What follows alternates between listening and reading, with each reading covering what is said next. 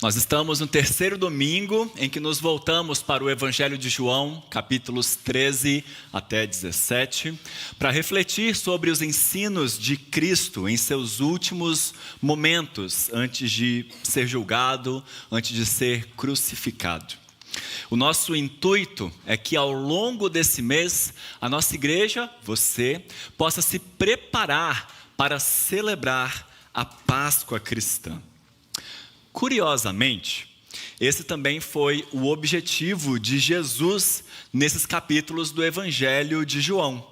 Eu não sei se você se recorda, mas antes de entrar em Jerusalém, ele pede aos seus discípulos que vão na frente um pouquinho e encontrem um lugar para que eles possam se preparar e celebrar a Páscoa. Então, desde que Jesus se ajoelhou para lavar os pés de seus discípulos, ele estava não só os ensinando, como também preparando o coração deles para aquilo que haveria de acontecer em alguns instantes. O texto que nós vamos refletir hoje foca exatamente nisso. Como Jesus preparou os seus discípulos, como Jesus os ensinou e tentou de alguma forma aquietar o seu coração para a sua morte e o seu retorno. E um dos elementos em que ele mais frisa em seu discurso é o seguinte: olha, é verdade, eu estou prestes a partir, mas me aguardem, porque eu retornarei. E então, a tristeza que vocês estão sentindo, esse misto de confusão e de dúvida, será transformado em alegria, em exultação e em celebração. Vamos ler João capítulo 16, versos 16 a 22. João capítulo 16, versos 16 a 22. Perdão.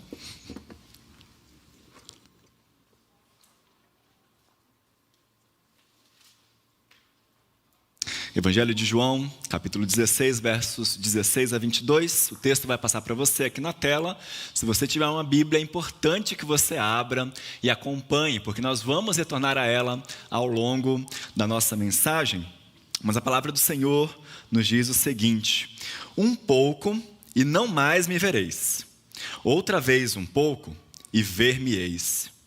Então alguns dos seus discípulos disseram uns aos outros: que venha a ser isto que nos diz, um pouco e não mais me vereis, e outra vez um pouco e ver-me-eis, e vou para o Pai. Diziam, pois, que venha a ser esse um pouco? Não compreendemos o que quer dizer. Percebendo Jesus que desejavam interrogá-lo, perguntou-lhes: indagais entre vós a respeito disto que vos disse, um pouco e não me vereis, e outra vez um pouco e ver-me-eis? Em verdade, eu vos digo que chorareis e vos lamentareis, e o mundo se alegrará. Vós ficareis tristes, mas a vossa tristeza se converterá em alegria. A mulher, quando está para dar à luz, tem tristeza, tem aflição, porque a sua hora é chegada. Mas depois de nascido o menino, já não se lembra da aflição pelo prazer que tem de ter nascido ao mundo um homem. Assim também agora, vós tendes tristeza, mas outra vez vos verei, o vosso coração se alegrará, e a vossa alegria ninguém poderá tirar. Vamos orar mais uma vez? Senhor, com a tua palavra lida e aberta diante de nós, pedimos que nesse momento o teu Espírito Santo possa falar profundamente ao nosso coração. Em especial, queremos rogar por aqueles que se sentem tristes, desanimados, confusos, como os teus discípulos estavam aqui na última ceia. Vem, ó Deus, trabalhar em nosso coração, para que a nossa tristeza, como o Senhor mesmo nos promete, se transforme em alegria. Oramos em nome de Jesus. Amém.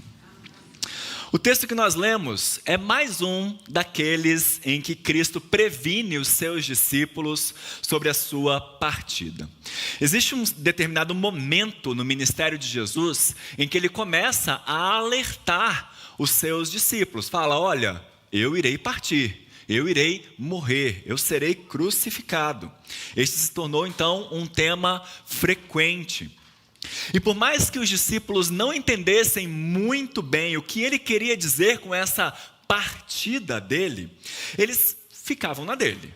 Falavam, em algum momento a gente vai entender, em algum momento eles vão explicar, talvez. Na verdade, por alguma razão, eles preferiam não perguntar muito sobre isso. Até porque eles também estavam tentando chegar a alguma conclusão sobre quem era aquele Jesus. Quem era aquele mestre que durante 3 anos eles seguiram com tanto afinco e viram ele realizar tantos milagres? Será que ele era realmente o Messias? E se ele é, por que é que ele está falando que ele vai morrer? Inclusive no Evangelho de João, esta não é a primeira vez em que Jesus diz que em pouco tempo eles não mais o veriam. João gostava muito do número 7. Por exemplo, nós já falamos aqui que 7 vezes em João, Jesus declara que ele é alguma coisa, né? Associando então Jesus com Deus. Nós temos também em João 7 milagres que Jesus realizou para provar que ele é o Messias. E da mesma forma, 7 vezes Jesus diz, em pouco tempo vocês não mais me verão. 3 vezes, só nesse trecho em que nós lemos. Aliás, essa não era a única maneira dele falar sobre a sua morte, né? Se você ler Mateus, Marcos, Lucas, os evangelhos sinóticos, nós temos outras narrativas em que ele avisa aos seus discípulos sobre isso de maneira diferente. Mas é importante nós nos perguntarmos por que é que Jesus batia sempre nessa tecla. Era para desanimar os discípulos? Era para fazer com que eles pulassem fora do barco? Falar, olha, eu não sou tudo aquilo que vocês estão esperando não. Então, saibam que eu vou morrer. Se quiserem, já podem me abandonar. Era para alertá-los? Ou será que era só um drama que ele fazia? Já viu aquela mãe, quando briga com os filhos? Fala assim, vocês só vão me dar valor quando eu morrer. Será que esse era o caso de Jesus? De falar, olha, eu vou morrer e aí é que vocês vão me dar valor. Fazer com que seus discípulos prestassem mais atenção nele. Calvino era da seguinte opinião, e lógico que eu não sou doido de discordar de Calvino. Cristo sempre preveniu os apóstolos sobre a sua partida com 2 objetivos. Primeiro, para que eles pudessem suportar essa partida com mais coragem. E é por isso que, na maioria das vezes que ele fala sobre a sua partida, ele vem e traz uma promessa. Ele não se contenta em falar, olha, eu vou morrer nas mãos da liderança judaica. Eu vou morrer nas mãos do Império Romano. Ele diz, sim, eu vou para o Pai, mas eu enviarei o Espírito Santo para vocês. Sim, eu vou para o Pai, mas a vossa tristeza se converterá em alegria. Então, há sempre bastante entre aspas, uma contrapartida de Cristo ali para confortar os discípulos, para encorajar os discípulos. E assim, eles poderiam se preparar melhor para essa partida. Em segundo lugar, Jesus também tinha em mente desenvolver em seus discípulos uma expectativa,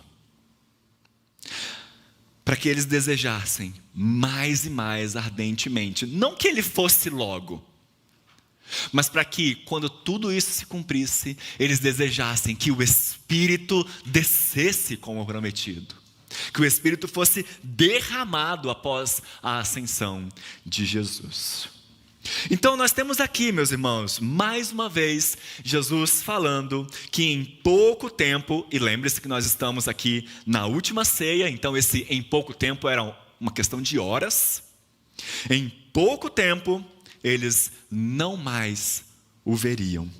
Mas um pouco mais de tempo, eles o veriam novamente. E se você ouviu minha mensagem no domingo passado, você vai se lembrar o seguinte: Jesus está se referindo aqui não só sobre a sua morte e ressurreição. Ele está se referindo a 3 eventos. Primeiro, aquilo que estava mais prestes a acontecer, a sua morte e ressurreição. Mas, segundo, a sua ascensão aos céus e a descida do Espírito Santo, quando os discípulos receberiam então do Paráclito. Lembre-se da mensagem do pastor José Roberto também na semana passada aqui, o Paráclito como aquele que Jesus enviaria para caminhar conosco, para andar conosco. E então, quando o Espírito Santo é derramado sobre o seu povo, os discípulos passam a ver Jesus, mas agora com os olhos da fé. É sobre isso que Jesus está falando ao longo de todo o capítulo 16.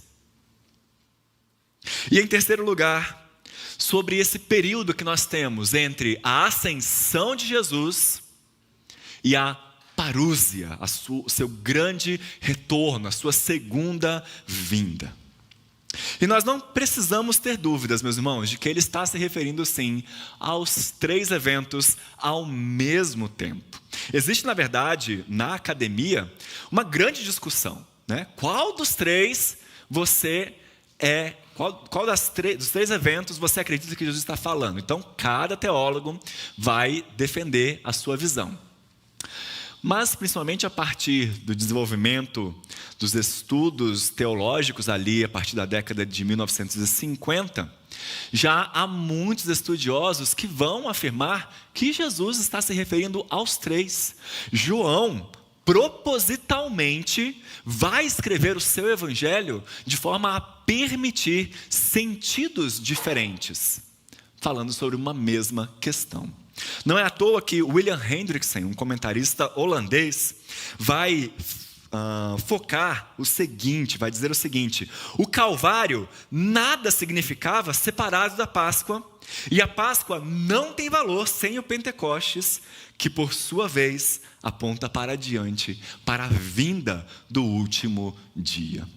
Todos esses eventos estão intrinsecamente relacionados. E Jesus se refere aos 3 eventos ao mesmo tempo aqui, quando ele diz: olha, mais um pouco e vocês não me verão, mas um pouco de tempo a mais, e aí sim, vocês me verão. Agora, me desculpe se pareceu confuso, mas se lendo rápido e falando assim, para a gente já é um pouco confuso. Imagina para os apóstolos. É isso que o verso 17 nos mostra. Alguns dos discípulos não estavam entendendo o que é que ele queria dizer, sobre o que é que ele estava falando a respeito de ir para o Pai, ver-me, não ver-me, mais um pouco de tempo. Eles não conseguiam entender como, de um lado, Jesus parecia falar que a sua ausência seria muito curta, mas por outro, quando ele falava em ir para o Pai, parecia algo tão definitivo, né? Então eles começavam a perguntar entre si: o que será que Jesus quer dizer? Você está entendendo o que ele está falando? Não é o meu foco falar muito sobre isso nessa noite, meus irmãos, mas há uma lição muito importante que Jesus quer trazer para nós aqui. E para os seus discípulos, ele diz isso de maneira bem clara. Note bem os versículos 17, 18 e 19, como eles se desenrolam, né? Os discípulos estão discutindo coisas sobre Jesus, enquanto Jesus está na sala com eles. Eles estavam falando sobre ele, quando deveriam estar falando com ele. E quantas vezes isso se aplica a mim e a você? Quantas vezes nós temos dúvidas e nós tentamos buscar a resposta em nós mesmos, naquilo que a gente acha, naquilo que a gente já viveu, em vez de ir para Jesus e buscar a resposta na sua palavra, diretamente onde Ele nos fala. Já viu aquele princípio? Em seus passos, o que faria Jesus? É um princípio extremamente perigoso. Sabe por quê? Porque eu duvido que você vai olhar na Bíblia o que faria Jesus. Quando você pensa em meus passos, o que faria Jesus, você vai para o Jesus da sua cabeça. Vai para o Jesus que você viu nos filmes, nas séries, nas histórias em quadrinhos. E não para a Bíblia. E é por isso que Jesus nos chama no versículo 20, olha, é sobre isso daqui que vocês estão falando?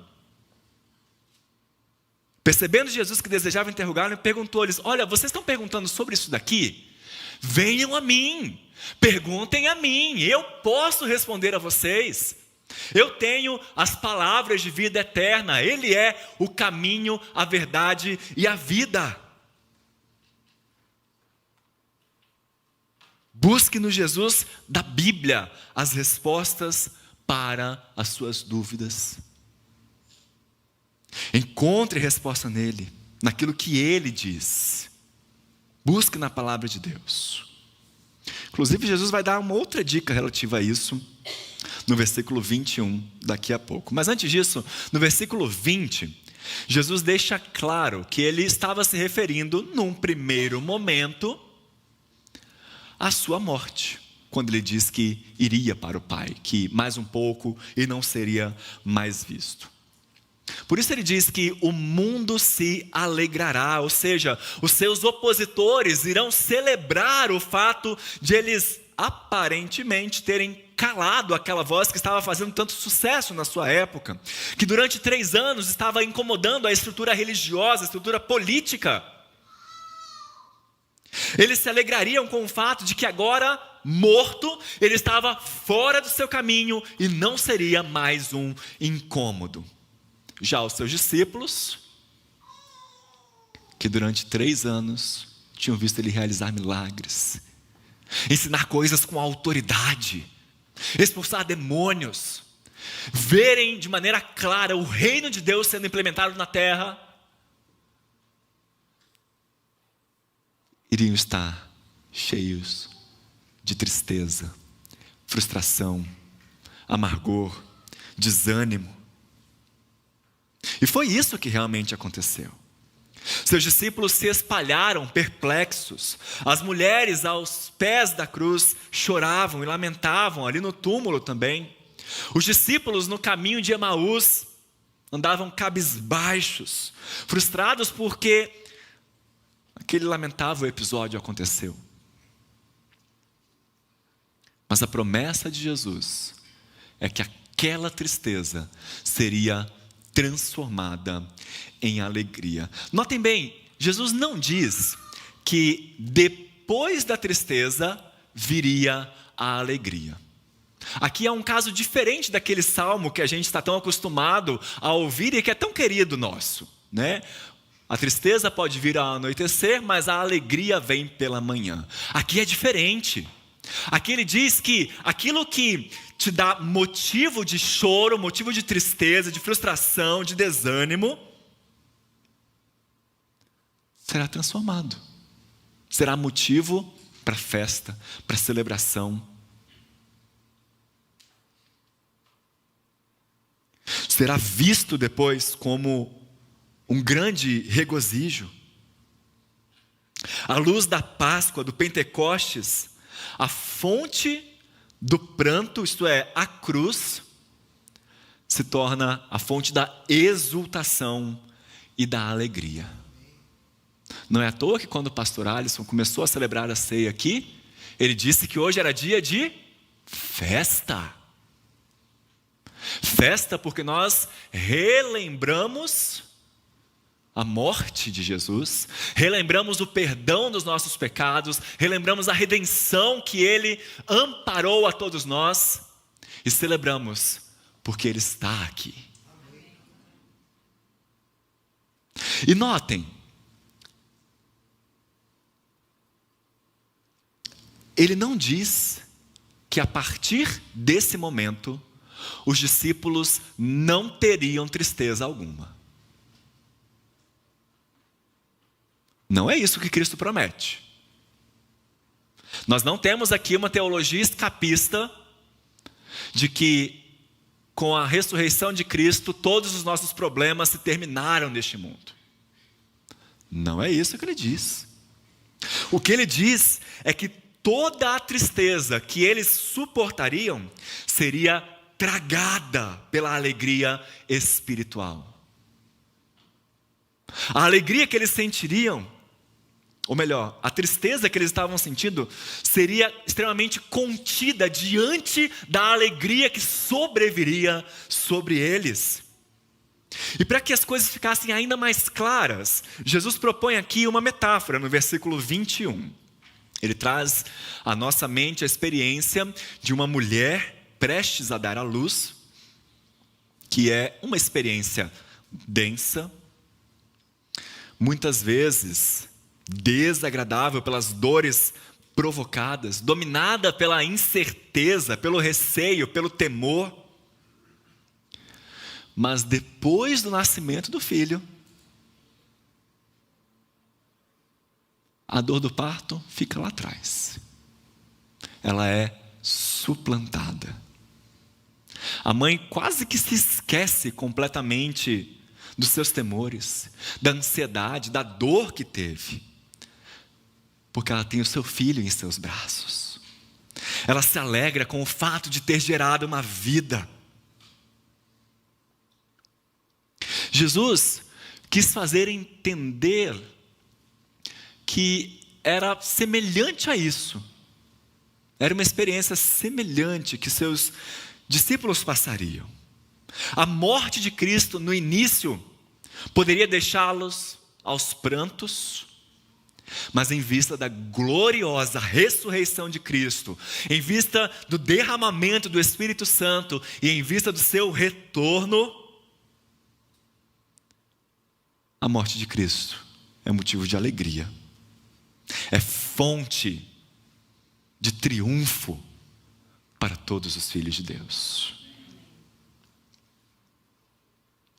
Mas lembre-se do que eu falei agora há pouco.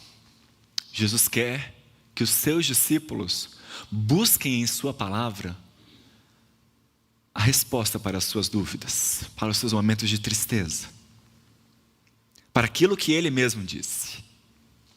E essa metáfora que ele propõe aqui tem tudo a ver com isso, sabe por quê? Porque Jesus não tirou ela do nada. Essa analogia de uma mulher em trabalho de parto era muito utilizada no Antigo Testamento. Para falar, sabe sobre o quê? Sobre a angústia que o povo de Deus passava antes dos grandes milagres de livramento e de restauração divinos. O sofrimento do povo de Deus antes que o Senhor trouxesse a libertação final através do seu Messias. E é por isso que no início deste culto nós lemos Isaías capítulo 26. Eu não sei se você se lembra do que diz esse texto, mas lá diz exatamente isso que Jesus disse aqui. Como uma mulher grávida e prestes a dar à luz se contorce e grita de dor, assim estávamos nós na tua presença, ó Senhor. Então Deus vem com a promessa de restauração, de livramento, de ressurreição. E aí sabe o que o profeta diz para o povo? Diz bem assim: vai, povo meu, entra nos teus quartos, fecha as portas atrás de ti, escondei-vos por um pouco de tempo, até que passe a ira do Senhor. Era isso que Jesus estava dizendo aos seus discípulos, meus irmãos. Eles falavam: olha, se vocês têm alguma dúvida do que eu ainda disse, vocês podem procurar, porque isso já está escrito. Tudo isso que eu tenho falado a vocês, tudo isso que eu tenho feito, e tudo que vocês vão passar, tem a ver com a grande libertação que Deus está promovendo.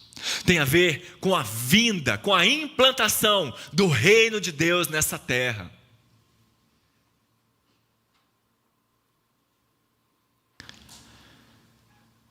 Assim, meus irmãos, Jesus está preparando os seus discípulos para verem, ouvirem e experimentarem coisas que eles nunca imaginavam. Ele está dizendo: preparem-se. Preparem-se para a Páscoa mais importante das suas vidas, quando vocês conhecerão a presença e o poder do Senhor de maneira inimaginável. E é por isso que ele enfatiza tanto no versículo 22 que a alegria deles ninguém poderia tirar, porque aquela Páscoa seria o início de uma nova criação, a grande vinda da era por vir, do reino de Deus sobre essa era. E de fato, aquilo que Jesus diz aqui se cumpriu. Se você está com sua Bíblia aberta, vire um pouquinho algumas páginas em João capítulo 20, verso 20. Logo depois de verem Jesus ressuscitado, João escreve o seguinte: alegraram-se, portanto, os discípulos ao verem o Senhor. Alegraram-se, portanto, os discípulos ao verem Jesus. Eu quero trazer, meus irmãos, 3 aplicações desse texto para a nossa vida. A Páscoa, esse tempo que nós estamos nos preparando para participar, para celebrar, para comemorar, traz 3 grandes implicações para a maneira como nós vivemos, para a maneira como nós enfrentamos os nossos momentos de tristeza, de ansiedade, de frustração, de confusão, de enfermidade.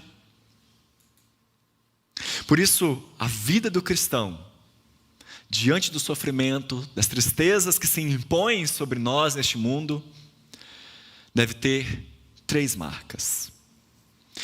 Em primeiro lugar, o consolo. O cristão é alguém que consegue, de uma forma muitas vezes inexplicável, encontrar paz e consolo diante das tristezas da vida, porque ele sabe que todas as coisas estão debaixo do plano soberano de Deus. Jesus já disse: olha, vai ser assim, assim e assado. Mais uma vez, nós não podemos ser escapistas. Em muitas ocasiões nós sofreremos, nós seremos perseguidos, seremos odiados, nós nos sentiremos sozinhos, nos sentiremos abandonados, inclusive por Deus.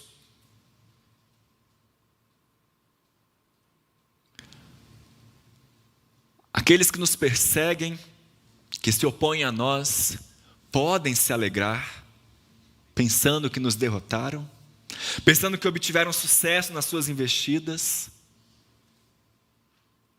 Mas em todo momento, meus irmãos, nós sabemos que Deus está conosco.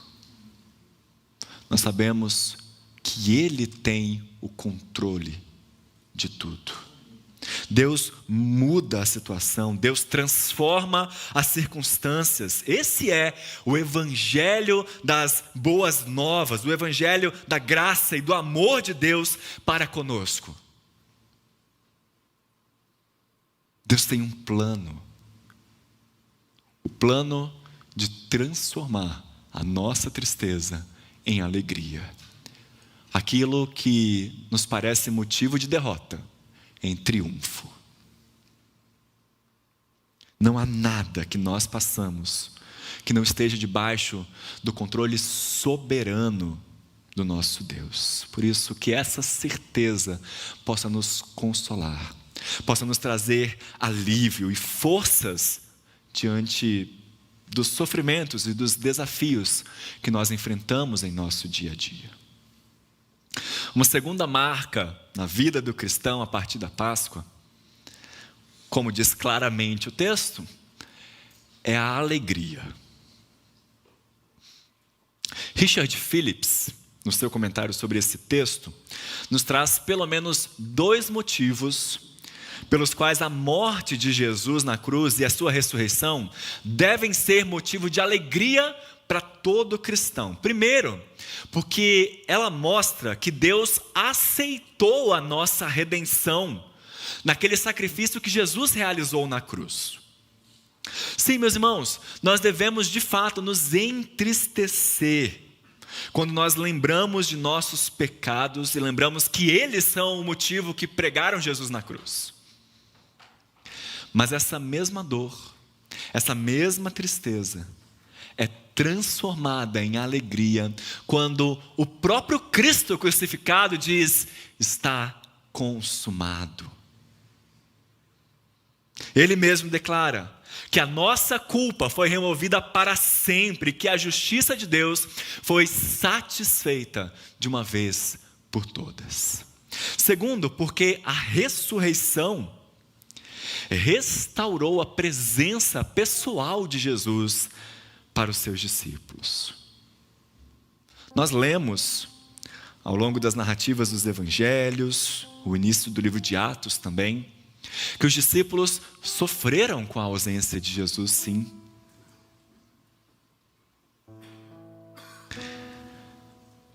Mas ao vê-lo, eles se alegraram, eles celebraram. É aqui que os cristãos se regozijam com a vinda do Espírito no Pentecostes, porque embora nós hoje não tenhamos a presença física de Jesus conosco, nós temos o seu Espírito habitando em nós. Mas acima de tudo, essa alegria deve marcar a nossa vida como forma de reconhecer que Deus cumpre as suas promessas, as mesmas que o seu povo aguardava desde o Antigo Testamento. Isso porque, como eu disse aqui, a morte e a ressurreição de Jesus inauguram um novo tempo em que a alegria está disponível para todos os que creem nele. Isso é o que nós costumamos chamar na teologia de escatologia realizada, escatologia inaugurada. A morte e a ressurreição de Jesus são eventos relacionados ao fim do mundo, de certa forma, mas eles não são eventos separados, discretos. Pelo contrário, eles são o alvorecer da nova criação. Eles são os precursores da era do Espírito Santo, da restauração de todas as coisas que Deus já está promovendo. Já está promovendo. Tanto é que essa expressão aqui no versículo 22, o vosso coração se alegrará, sabe onde ela aparece? Lá em Isaías 66, a promessa de um novo céu e nova terra. Isso já começou. Nós já podemos experimentar vislumbres da redenção que Deus está promovendo em todo o universo. E por fim, uma terceira marca da vida do cristão a partir da Páscoa é a expectativa. Nós sofremos, nós passamos por aflições, E eu queria muito, muito prometer a você que nada de mal vai te acontecer a partir de hoje, que você está blindado de todo problema, de toda aflição, de toda doença.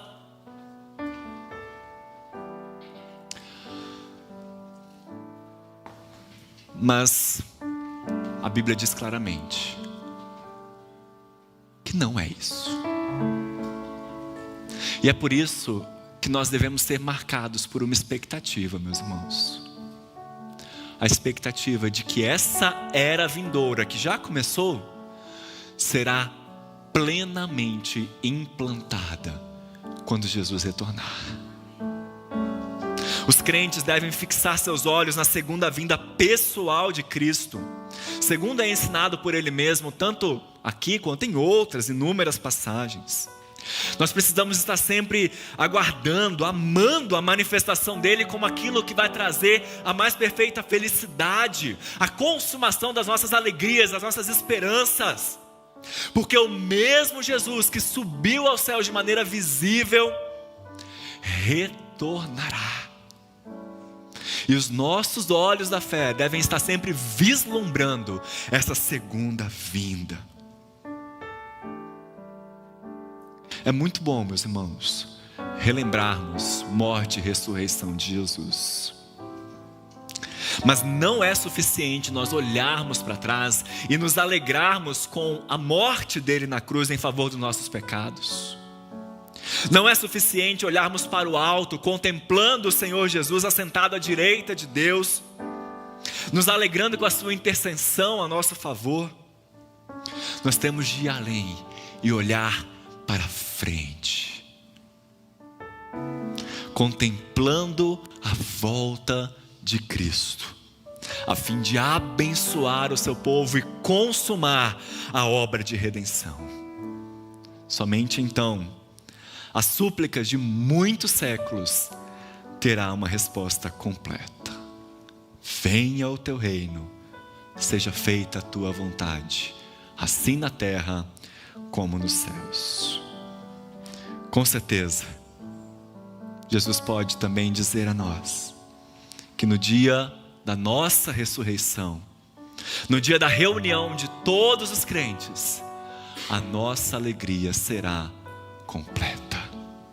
O nosso coração se encherá de alegria duradoura. A tristeza da cruz, que é tão real e tão dolorosa agora, pertence somente a essa era má e atual. Mas a alegria da ressurreição que vem a nós, na alegria do nosso novo nascimento, não terá fim. Como nos diz o apóstolo Paulo, nós já lembramos aqui hoje no culto, porque para mim, tenho por certo, de que as aflições, as tristezas e os sofrimentos desse tempo presente não podem ser comparadas à glória que há de ser revelada em nós. Assim, meus irmãos, nesta era atual, por um pouco de tempo, nós temos lágrimas, tristeza, decepção, frustração, angústia, doença, morte. Ao final do capítulo 16, Jesus garante isso: no mundo vocês passarão por aflições, mas logo depois ele nos dá uma ótima notícia, não é mesmo? Tenham bom ânimo, porque eu venci o mundo. Eu encerro essa mensagem recitando os versos finais de um dos meus hinos antigos favoritos, que está sendo tocado agora, chamado A Alma Abatida. A partir de alguns versos da Bíblia, o compositor nos traz uma grande esperança em meio ao mundo de sofrimentos e aflições. E a última estrofe diz o seguinte: terás em breve as dores findas, no dia alegre da sua vinda. Se Cristo tarda, espera ainda mais um pouquinho e o verás. Por que te abates, ó minha alma, e te comoves perdendo a calma? Não tenha medo, em Deus espera, porque bem cedo Jesus virá. Que Deus nos abençoe, que nós possamos confiar nas promessas de Jesus, aquele que transforma a nossa tristeza em alegria. Amém? Deus te abençoe.